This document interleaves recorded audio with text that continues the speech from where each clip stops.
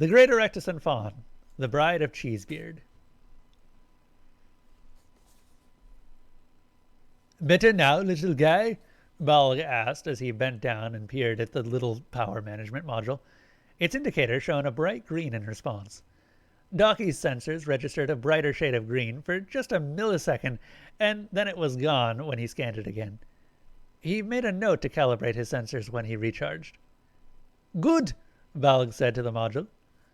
Now I have to go, but you just holler if you get lonely again, okay, brother? The indicator light shone brighter for the slightest moment. And now we have spark for you, Balg said, giving Docky a little swat. Shall I return to my charging station, Balg? I don't know if it's hooked up again, Balg replied as he stroked his beard. I don't want you wandering off till I know I can get you back. I still have sufficient charge, Docky replied. Where shall we go next? I have to go and find the goddess ere she departs, Balg exclaimed. The goddess? Yes, Balg replied as he started moving ever faster and faster, causing Docky to engage his thrusters. I must ask her for a bride before she continues on her way. A bride? I cannot fix this file of shit in one lifetime, Balg exclaims as he moves unnaturally quickly through the halls of his soul crag. I cannot do it in 1,000 lifetimes. I need children, and they will need children. Oh, shite. Balg picked up his pace. What's wrong? My children cannot have children with themselves. They will turn into enchanters. I must beg the goddess for even more favors. Enchanters? No time to talk, Balg snapped. This is serious. As he ran, he desperately prayed to the goddess. Fear not, gentle Balg, a warm and loving voice said as it filled his head. Goddess? It is I, the voice replied, and no favor must be begged. Your bride awaits, along with many others. Thank you, Balg shouted with joy. What are you thanking me for? Docky asked, somewhat confused. Not you metal dolt, Balg called out as he eased up the pace a bit, much to Docky's relief. The goddess heard my prayer and has granted it already. I detected no transmission, Balg, Docky said with concern. Balg entered the docking bay and stopped in shock. The cavernous chamber, once nearly empty, now almost filled. There were rows of tool chests, strange workbenches with all manner of mysterious devices, even structures made of crystal filled with stacked trays from floor to ceiling. And, wandering around in blissful, stunned confusion, were dwarves. Hundreds of them, many of whom he recognized. Faun, surrounded by her strange friends, looked over at him and smiled, filling his soul with joy. He fell to his knees, tears in his eyes. Balg! A joyously familiar voice bellowed as a ruggedly handsome dwarf with shiny raven-colored hair and a flowing curly beard charged towards him. Rivet! Balg shouted as he rose to his feet, barely in time to withstand the impact of his dear friend. I thought you did! Balg shouted as his friend hugged him and pummeled his shoulder with enough force to break the arm off an elf. I knew you did, you freaking piss rag, Rivet shouted as Balg put him into a headlock and punched their head. I saw you take a hammer to the fucking head. Not that I lasted that much longer, mind you. I fucking told you that the goddess wouldn't abandon us, Balg said happily. She and her friends even killed the little shite who claimed to be our god. The fucker is dead, Rivet shouted as he punched Balg joyously. My Faun's pretty pink. My pretty pink what? Faun asked as she suddenly appeared before the pair. Rivet let out a strangled little squeak as all color drained from their face. Your pretty pink nose, Balg said quickly, having a bit more time to adjust to their fucking goddess being around. It's a common oath among me people, and an ill-advised one at that. You know lying to a goddess is a very grave offense. Worse than what your friend was actually about to say, don't you? Faun asked with a little twinkle in her eye. Balg froze in place. Fortunately for you, Faun smiled, I am not a goddess, so you are in the clear. Goddess? I am an entity, Faun said with a gentle smile. Oh, I did create you, the flowers, the trees, and all life. I also breathed life into the waters, the earth, and the great mountains, completely on purpose and not because I didn't know what I was doing yet, and all the rest. I am a rather big deal, she chuckled a little, but I am not a goddess, she said with a faint sadness in her voice. A goddess would have been all-knowing and all-powerful. She wouldn't have been deceived by the false gods, nor would they have been able to hurt her. She would also have been able to protect her people, all of them, which I failed to do. I am your creator, your guardian, and I love all of you. That much is true. I may be powerful, but I am not divine. My nose is also clearly brown, for future reference, she added with a mischievous grin. Balg and Rivet just stood there, awestruck, shocked, and horrified. Regardless of whether or not I am a god, she commented, you are still my people, whom I love dearly, and if you pray to me I shall hear you, and no matter where I go I will rush to your side, should I be needed. I failed you once. I shall not do so again. However, you are not required to worship me and owe me nothing in return. I only wish for you to be happy and to have a good life here in this strange new place. Rivet passed out, and Balg caught them, holding them up as Faun smiled at them. You guys really need to work out on that whole passing out thing, she smiled as an elven-looking woman approached. It's going to make working with you guys really difficult. Working with us? Balg stammered. A god might know what the future holds, Faun replied. But I do not. You are now the largest number of my people anywhere, and I will be returning as I can. What? Yeah, Faun said sheepishly. My world, our world, kind of blew up. It's a rather long story, but you are now all that exists of the realm. I was able to save my people, but they now slumber within me until I can find a home for them all. One day I may ask, not compel, your help in building a new place for the rest of my children. Until then, I ask only that you thrive and learn all you can while you work with I.O., the lord of this strange new place, and a new friend of mine.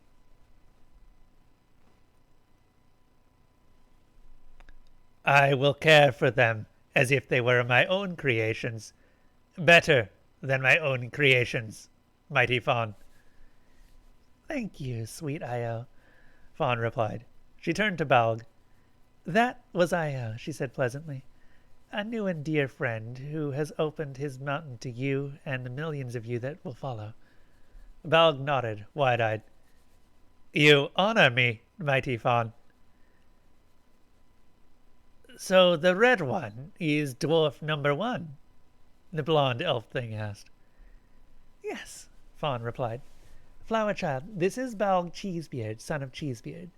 Balg, this is a being known as Flower Child. She's not an elf, but an entity such as myself.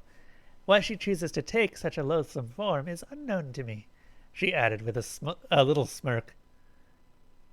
You're asking for another love-tap fairy, Flower Child replied with a grin. I'm surprised you would desire another of mine, Faun smiled back. Welcome back to the living, Flower Child said to Balg as she looked him up and down. Balg just stood there, transfixed by the strange elf thing. Regardless of what it appeared to be, no dwarf would ever think that entity was a base elf. It was transcendent. It was spark wrapped around spark, glowing with spark, bound by spark, a construction of such divine elegance it denied reality itself. Wrapping through the spark that comprised its entire being were other magics, strange and arcane, and old, older than time itself.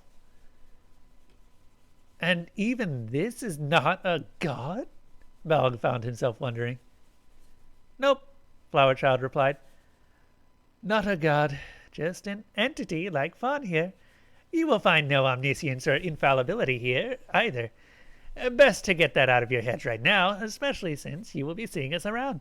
And you will be working with I.O., who is, well, not on our level yet, is definitely something that could be considered entity-like or near entity, and will probably cross the final barrier eventually, with your help. Once again, I am honored, mighty Flower Child. Oh, just skip the mighty bit, Flower Child laughed. We are both AIs, after all. I just have a bit more runtime than you.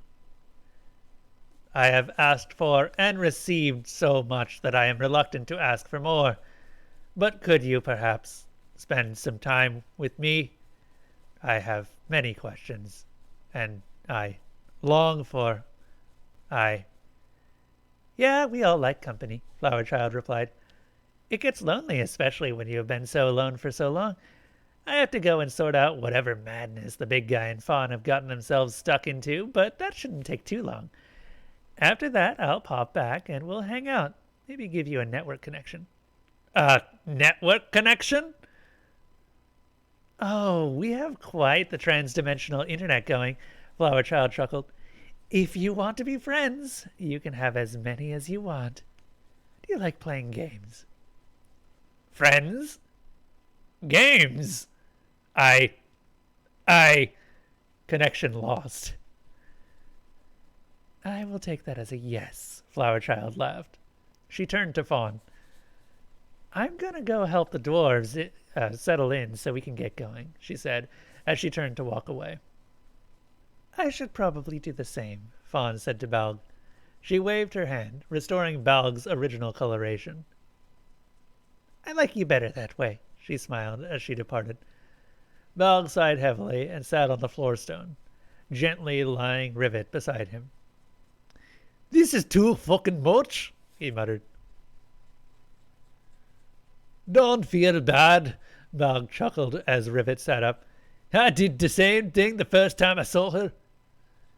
At least I didn't have piss in myself, Rivet chuckled. Thank you for saving my ass back there. Couldn't have you saying what was actually pink, Balg winked. I just got back. I would hate to have the merciful Faun smash you flat, you dolt. I cannot believe that she actually saved us in the end, Rivet said as he looked around at everyone.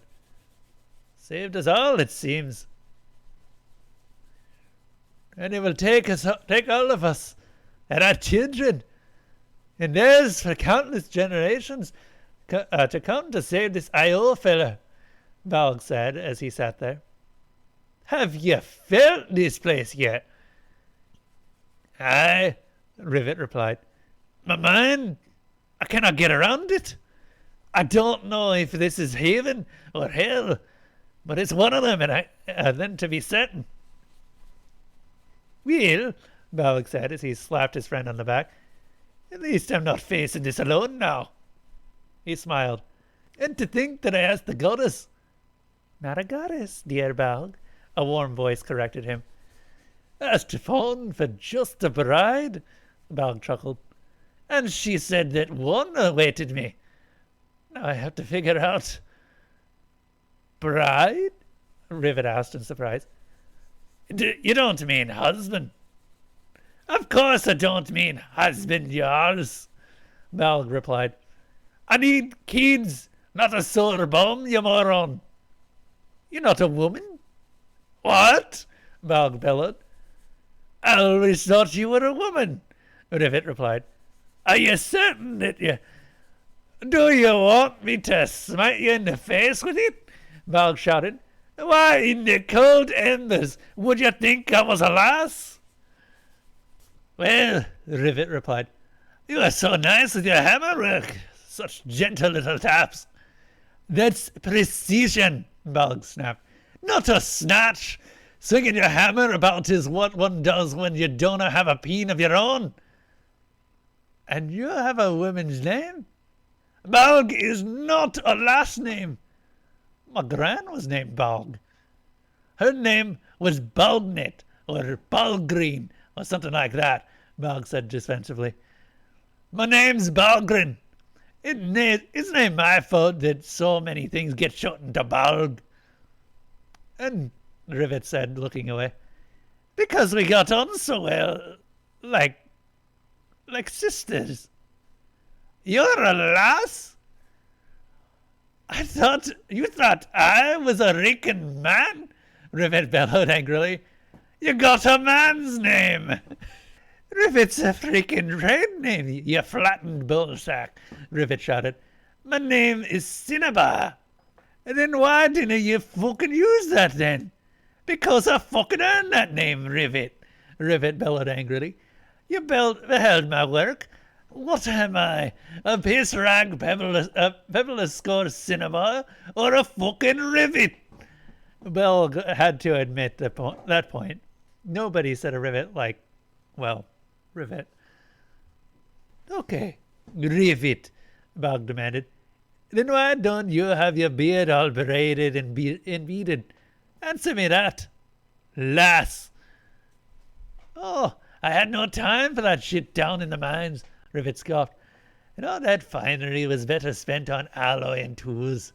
Something I thought we shared. Besides, I was down there to work, not shopping for dick. Or some reeking husband. That's for whores and weaklings. I had no itching for the crotch rats yet. Everyone knows that a lass wearing her beads when she's swinging a hammer is just wanting some reeker to do her labour for her. Or is looking to mine some gold with her ass. Or every woman knows it. Rivet crosses her burly arms and looks away angrily. Balg burst into laughter. Thanks, Faun, he bellowed. Rivet looked at him curiously. What are you going on about now? I thought I was starting to turn funny, he laughed, tears running down his now normal-colored face. Do you have any idea how many times I tried not to look at your arse? Rivet burst into laughter, driving her rock-like fist into the poor floor stone repeatedly. I may have some idea, she bellowed. You were a mighty fine lass, Balg. Entirely too fine. They roared with laughter for quite some time. You know, Rivet, Balg said as they caught their breath. Faun did say my wife was waiting me. Oh, by Faun. Rivet groaned. You can't be suggesting we do that stupid romance novel shite where two best friends turn out to be man and woman, do you? I've never read one of those girly things, Balg replied. Then you're surely missing out, Rivet replied, punching Balg in the arms. They beat those stupid spunk-covered carvings Eureka's pass back and forth. But what about it, Rivet? Balg asked. I have no greater friend than you. Nobody I was prouder to call brother, and nobody I would be prouder to call my bride. I love you, Rivet. I loved you as a friend and as a comrade, and if you will have me, I shall love you as my wife. Oh, Balg, Rivet bellowed as she grabbed him and pulled him into a burly, sweaty embrace, shoving her beard against his as she kissed him deeply, shoving her tongue into his mouth. Balg held her tightly as he returned her sweaty kiss, their beards merging into one. Oh, that's just wrong, the hominid chuckled as he watched the loving couple. Faun, he shouted. I know the whole dwarf woman and dwarf man thing, but did you have to make it so that even they can't tell? Seriously? Hey, I was new all right, Faun snickered. Besides, that's just how they turned out. Isn't that what you were always saying? She has you there, big guy, Flower Child snickered. Isn't close enough your fucking theme song? She looked at the pair. I, for one, she said, think they're a lovely couple.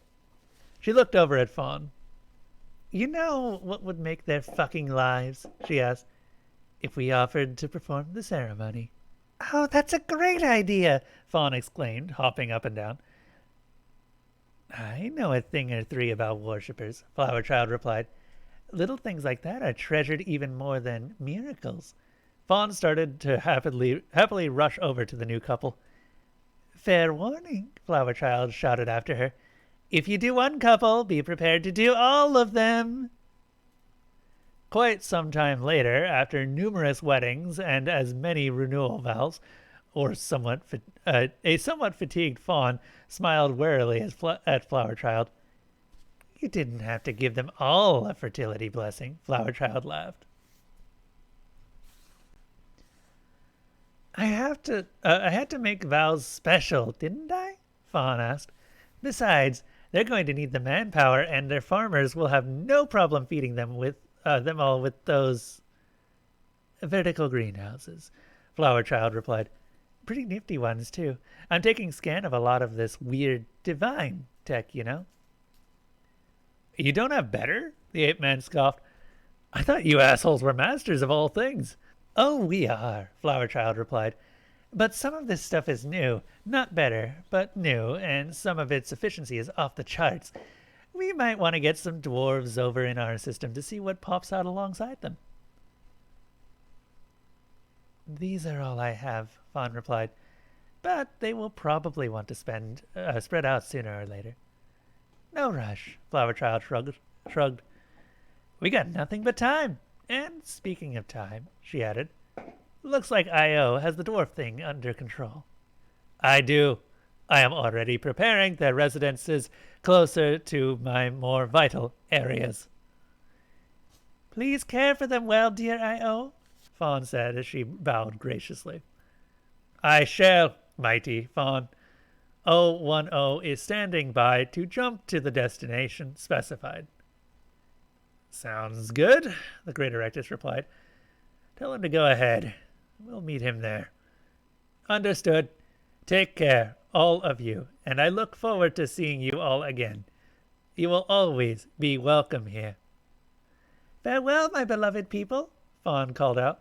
I shall carry all of you in my heart always, and while I am not the god you believe me to be, I shall always be here for your prayers, and shall be with you always. I love you all. With that, all the entities disappeared, leaving the dwarves to start their new lives in a strange new world.